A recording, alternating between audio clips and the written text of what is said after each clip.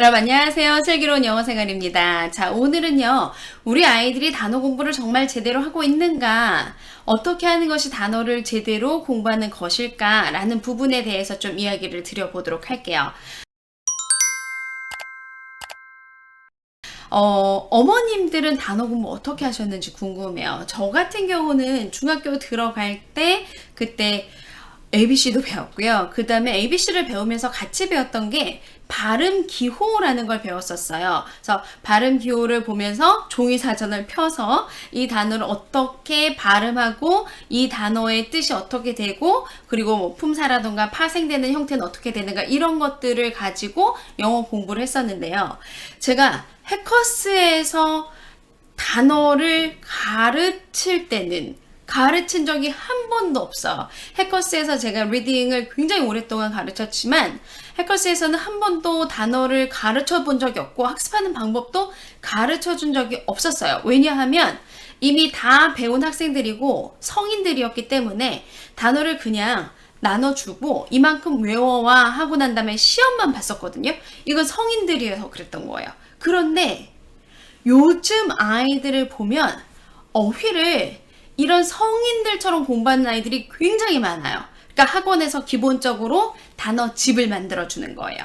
그러면 이 단어집에 단편적으로 단어 하나하고 그 단어의 뜻이 적혀 있는데 뭐 주요 뜻 몇 가지가 적혀 있겠죠. 많이 내주는 곳은 그런 주요 뜻을 내주기도 하고 그리고 막 정말 공부를 많이 시킨다고 하는 곳에서는 단어의 뜻을 영영사전에서 찾아보고 그것의 활용을 예문으로 적어보고 뭐 이런 것까지 시키는 학원들도 있어요. 자, 여러 가지 방법들이 있는데 일단 기본적으로 단어를 저는 영영을 가진 않겠어요. 그러니까 뭐 영영으로 사전을 찾아보고 한다고 해서 영어를 더 잘하느냐.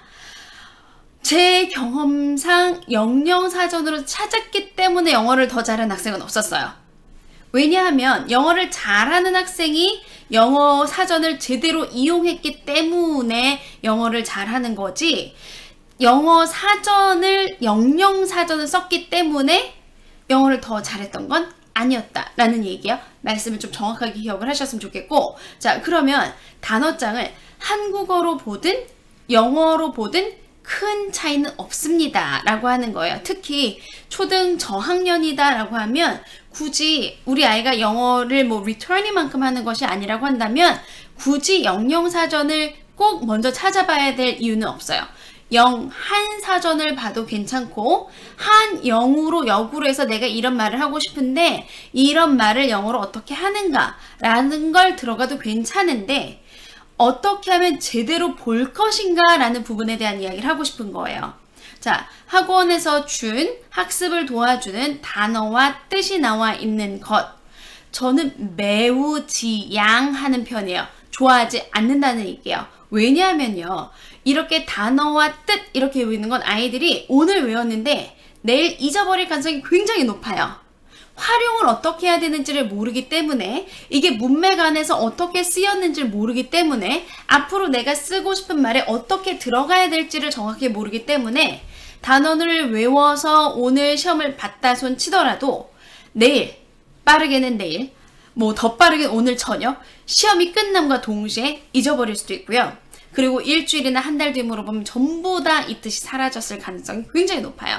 그러면 어떻게 하면 이 아이들에게 제대로 영어를 그나마 쓸 수 있게 해줄 것인가 라는 부분에 대해서 이야기를 좀 드려보려고 하는 거예요. 자, 아이들이요 영어 사전을 사용할 수 있었으면 좋겠어요. 요즘에 시대가 좋으니까 정말 다 사용하는 네이버를 사용하는 것도 알려드리도록 할게요. 그런데 파파고는 쓰지 마세요. 파파고는 번역기지 사전이 아니에요. 파파고는 내가 하고 싶은 말을 영어로 혹은 영어로 되어 있는 말을 한국말로 어설프게 혹은 잘 바꿔줄 수도 있어요.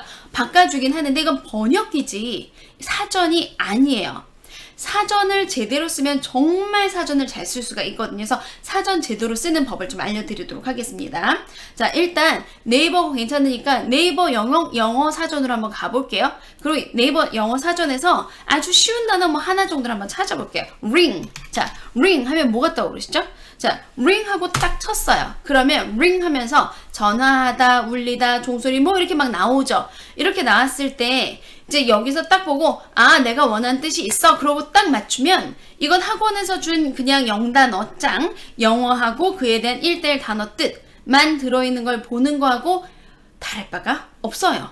여기에서 끝내면 영어 사전을 제대로 보는 것이 아니에요. 무조건 여기에서 1번이 됐건 2번이 됐건 한 번 더 클릭하고 들어가 봐야 된다는 얘기예요. 자, 2번을 먼저 클릭을 했는데요. 2번을 클릭해도 괜찮아요. 너무 좀 앞에 걸 다시 꼭 보고 싶어 라고 하면 1번을 보셔도 돼요. 1번을 보시면 1번에 반지, 고리 이렇게 나와 있죠. 이 얘기는 이렇게 딱 클릭해서 다시 보시면 발음도 동일해요. ring, ring. 자, 발음도 동일하죠. 자, 그런데 명사로 쓰일 때와 동사로 쓰일 때가 달랐기 때문에 1번에 반지라는 뜻이 하나가 나왔던 거고 2번에 전화하다가 나온 거예요. 자, 그러면 이렇게 전화하다 혹은 1번에 있었던 반지 이런 거를 같이 연결해서 두 개가 서로 다르게 되는구나. 자, 반지뿐만 아니라 동그랗게 생겼으니까 고리라는 뜻도 되겠죠. 자, 명사의 뜻은 생각보다 간단한 경우들이 많이 있어요. 자, 명사의 경우는 일단 동그랗고 고리이다 정도까지 우리가 생각을 해놓고 동사를 한번 가볼게요. 자, 동사를 가서 보시면 전화하다. 이게 can I ring? 이렇게 해서 ring이란 단어가 동사로 전화하다. I'll ring you. I'll ring you. 저 이런 거 진짜 많이 들어보긴 했거든요.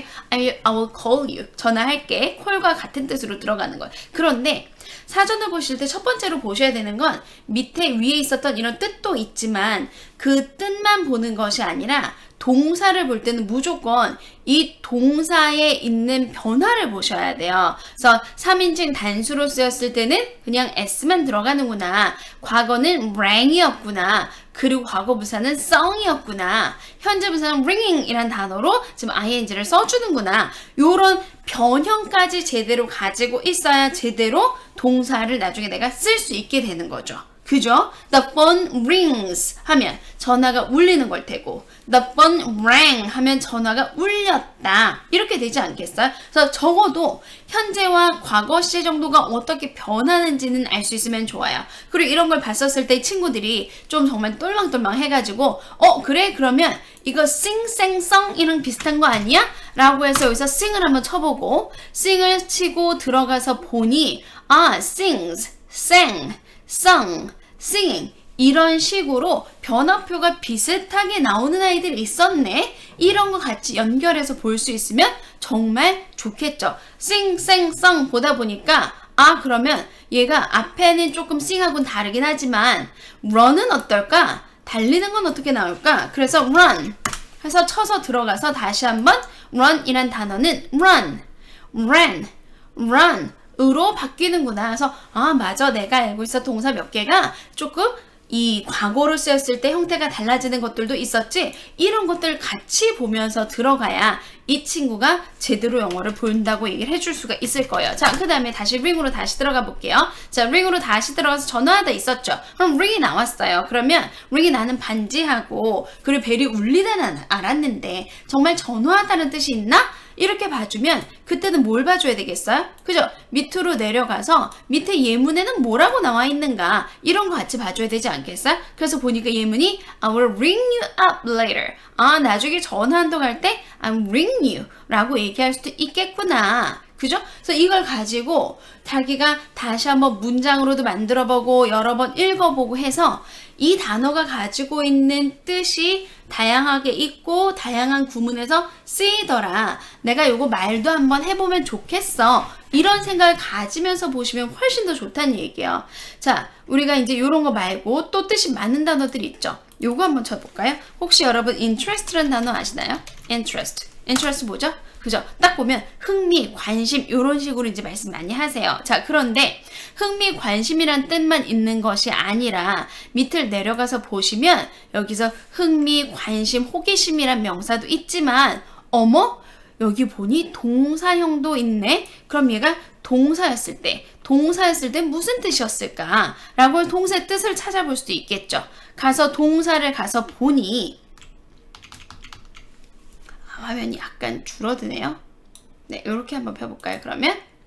네, 그래서 들어가서 보니까 되게 신기한데요? 밑으로 내리면서 윈도우의 창동같이 줄어들고 있어요. 뭐뭐에 관심을 보이다. 그래서 흥미란 뜻으로도 있었지만 관심을 보이다 라는 뜻도 있고요. 그리고 얘는 이 interest는 또 다른 뜻으로 중요한 게 그죠? 이자 라는 뜻이 있어요. 그래서 이자율이 어떻게 됩니까? 그러면 what's the interest rate? 그래서 내가 이제 저금을 하거나 누구에게 돈을 그런 일 없겠지만 빌려주거나 하면 what's the interest rate?